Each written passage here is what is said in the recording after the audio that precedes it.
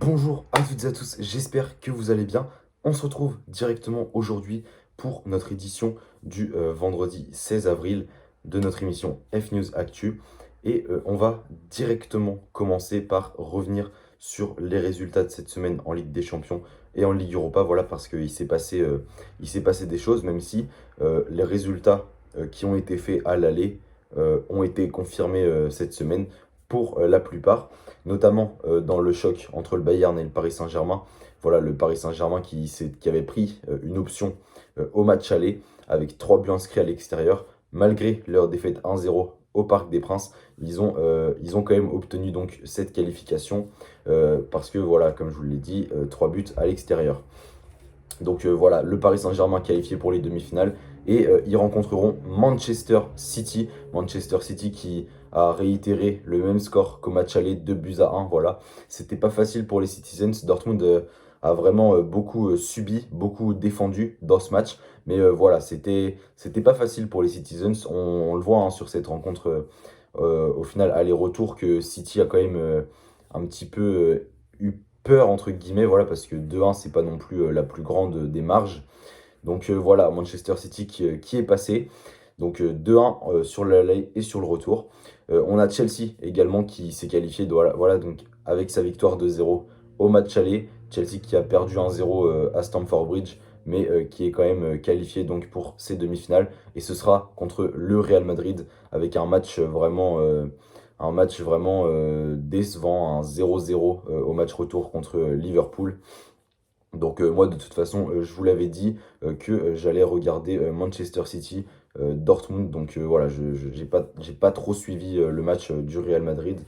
Mais voilà, le Real qui s'est qualifié et ce sera contre Chelsea. À voir si le Paris Saint-Germain peut se qualifier contre Manchester City. Je pense que c'est faisable.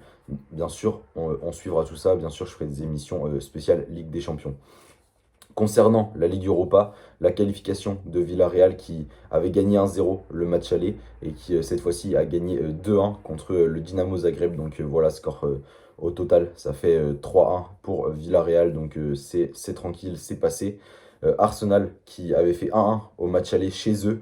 Donc on aurait pu avoir un peu peur pour Arsenal, se dire que, ouah, attention quand même, parce que faire match nul à domicile, le but à l'extérieur, on sait c'est très important.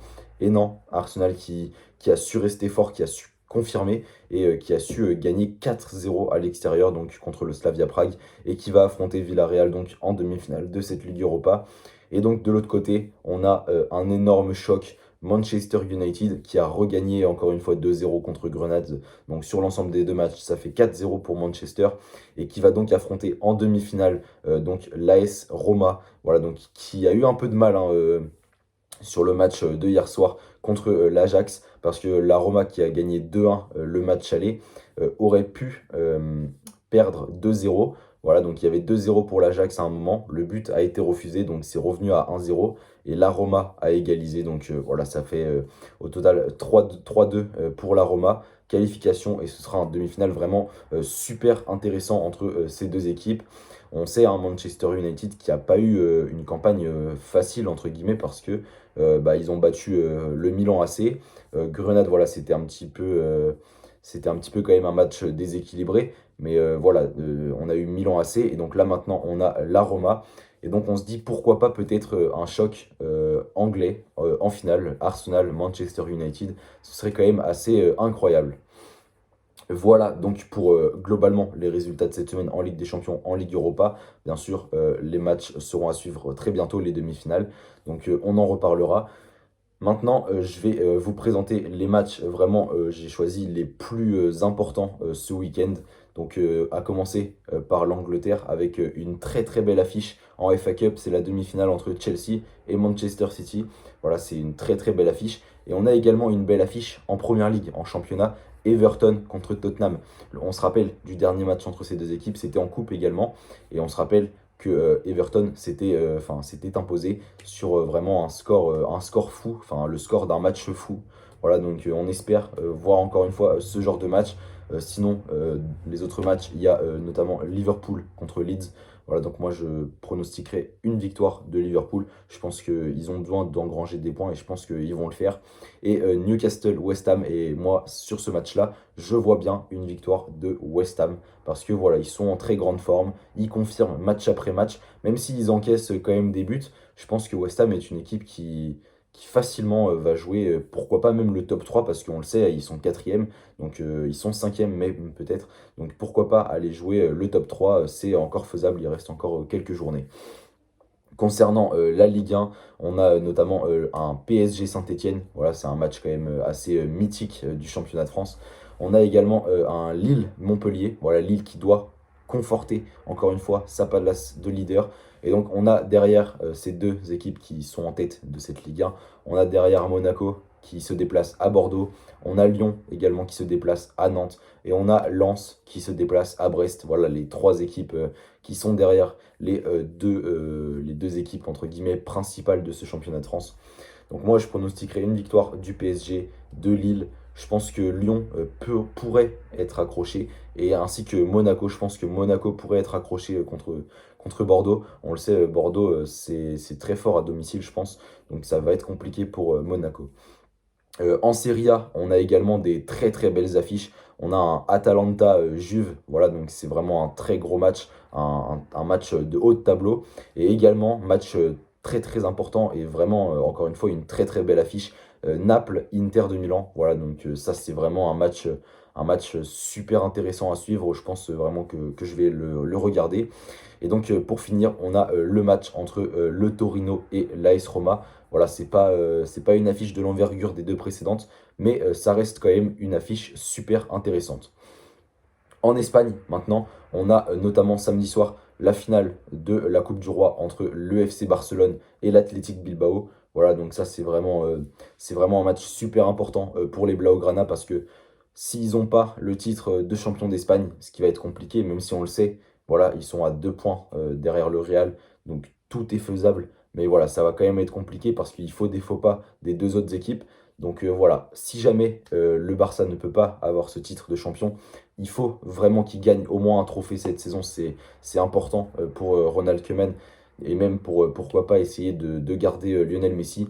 Donc je pense que ça va vraiment être un moment décisif de cette saison de gagner ce trophée. Et donc en Liga, on a aussi des matchs intéressants, notamment la Real Sociedad qui reçoit l'UFC Séville. Voilà, c'est la plus grosse affiche de ce week-end en Liga. Et on a également le Real Madrid qui se déplace à Getafe et l'Atlético qui reçoit Eibar. Voilà donc pour les gros matchs de cette Liga.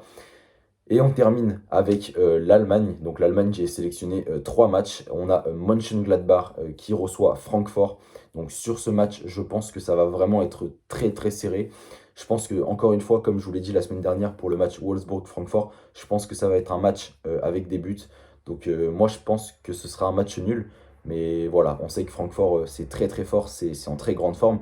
Et Wolfsburg qui reçoit le Bayern. Voilà, donc là, c'est vraiment aussi une énorme affiche hein, parce que voilà, le Wolfsburg, on le sait, c'est fort depuis un certain temps maintenant. Ça fait quelques mois qu'ils sont là, qu'ils sont sur le podium. Donc c'est vraiment une belle équipe, Wolfsburg. La semaine dernière, on a eu le droit à un match fou contre Francfort. Et le Bayern, c'est un petit peu en difficulté. Certes, ça s'est fait éliminer de la Ligue des Champions. Mais même en championnat, on le voit le week-end dernier. Je vous en ai parlé, bien sûr, même si c'était une équipe repos. Le match nul contre l'Union Berlin. Voilà, donc ça peut être une opportunité pour Wolfsburg et ça peut être une opportunité également pour Leipzig. Leipzig qui peut recoller au Bayern de Munich en cas de faux pas. Parce que voilà, Leipzig qui joue contre Hoffenheim, c'est une équipe qui pour moi est à la portée de Leipzig. Donc Leipzig peut vraiment réduire cet écart et revenir à 1 point du Bayern si Wolfsburg arrive à faire le travail. Donc voilà, il peut encore se passer énormément de choses dans chaque championnat et c'est vraiment ça qui fait la beauté de ce sport, c'est que rien n'est joué jusqu'à presque la dernière journée. Voilà, donc même en Ligue 1, alors que d'habitude en Ligue 1, on le sait, notamment les années passées, voilà, tout est joué au bout de la 25e journée, alors que là, voilà, il reste 6 journées et rien n'est joué, donc c'est vraiment super intéressant, pardon, et ça fait vraiment plaisir de suivre ces matchs semaine après semaine. Et donc voilà, moi en tout cas, je prends énormément de plaisir à regarder ces matchs.